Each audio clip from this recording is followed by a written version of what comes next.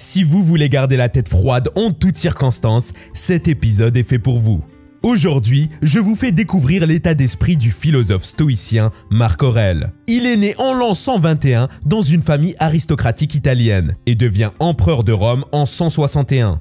Marc Aurèle est un pionnier dans le domaine de la maîtrise de soi. Étant à la tête d'un des plus grands empires de l'histoire, il se lance dans la rédaction d'un manuscrit de ses réflexions philosophiques, pour garder à l'esprit les principes d'une vie intérieure saine et équilibrée. Ses écrits sont considérés comme un chef-d'œuvre de la philosophie et contiennent les principales maximes du stoïcisme. Sans plus attendre, découvrons ses meilleures citations sur la discipline, le bonheur et la vie.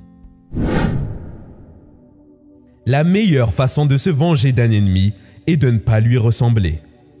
Ce qui dépend de toi, c'est d'accepter ou non ce qui ne dépend pas de toi.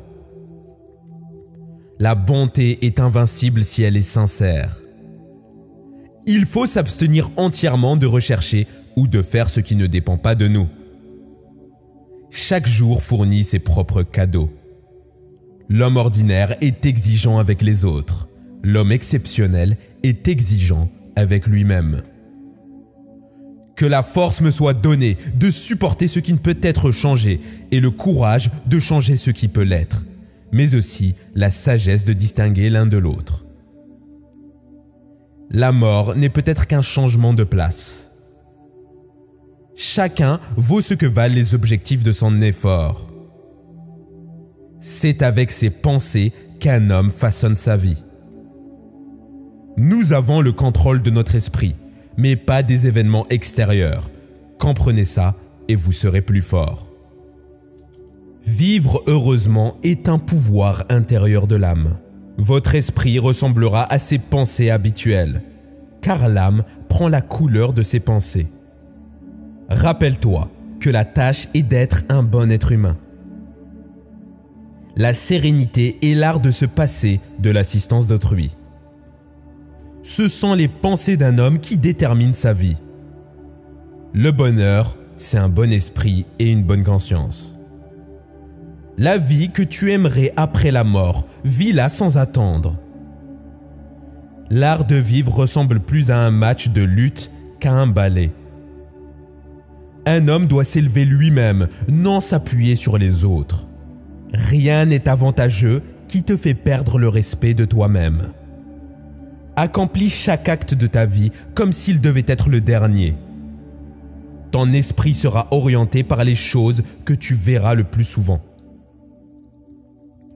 Tant que tu vis, tant que cela t'est possible, deviens homme de bien. La nature rend chacun de nous capable de supporter ce qui lui arrive. Regarde ce qui guide les sages, ce qu'ils évitent et ce qu'ils recherchent. Les conséquences de la colère sont beaucoup plus graves que ses causes. Rejette ton sentiment d'avoir été offensé et l'offense elle-même disparaîtra. On est souvent injuste en s'abstenant d'agir et non pas seulement en agissant. L'homme devrait toujours se conduire comme s'il allait mourir dans la journée. Ne perds plus de temps à discuter de ce qu'un bonhomme devrait être. Sois-en un. Ce qui n'est pas utile à la ruche ne l'est pas non plus à l'abeille. Nous appréhendons davantage l'opinion de nos voisins sur nous-mêmes que la nôtre propre.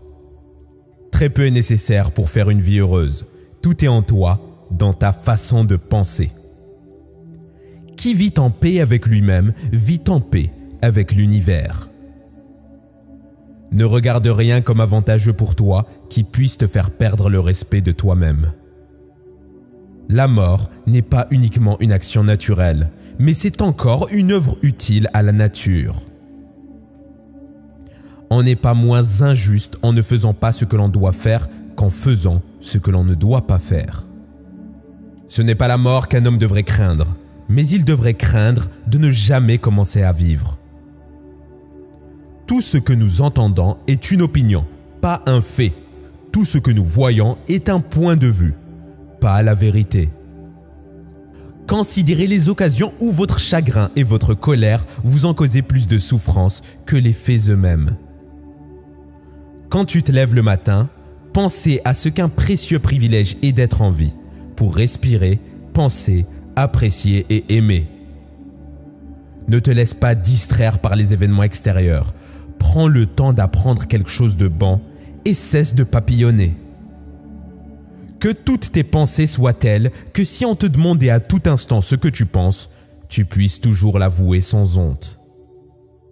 La perfection du caractère consiste à passer chaque journée, comme si c'était la dernière, à éviter l'agitation, la torpeur et l'hypocrisie. Tout ce qui paraît au-dessus de tes forces n'est pas forcément impossible, mais tout ce qui est possible à l'homme ne peut être au-dessus de tes forces. Personne ne se lasse d'être aidé. L'aide est un acte conforme à la nature. Ne te lasse jamais d'en recevoir ni d'en apporter. Ta manière de penser s'orientera d'après la nature des objets que tu représentes le plus souvent, car c'est des représentations que l'âme prend sa couleur. Si tu es meurtri par des choses extérieures, ce n'est pas elles qui te perturbent, mais le jugement que tu en as. Et tu as le pouvoir d'anéantir ce jugement maintenant. Je suis souvent étonné de voir combien chacun s'aime lui-même plus que tout, et pourtant tienne moins compte de son propre jugement sur lui-même que celui des autres. Les facteurs qui font notre bonheur ne sont pas tous associés à l'argent. Il en faut très peu pour avoir une vie heureuse. Tout est à l'intérieur de vous, dans votre façon de penser. Si vous êtes bouleversé par quelque chose d'extérieur, la souffrance n'est pas due à cette chose, mais à l'estimation que tu en fais. Et cela, vous avez le pouvoir de le changer à tout moment. Observez toujours que tout est le résultat du changement et habituez-vous à penser qu'il n'y a rien que la nature n'aime davantage que de changer les formes existantes pour en créer de nouvelles. Si ces citations vous ont inspiré, n'hésitez pas à vous abonner à ma chaîne et on se retrouve au prochain épisode avec les citations de Napoléon Hill.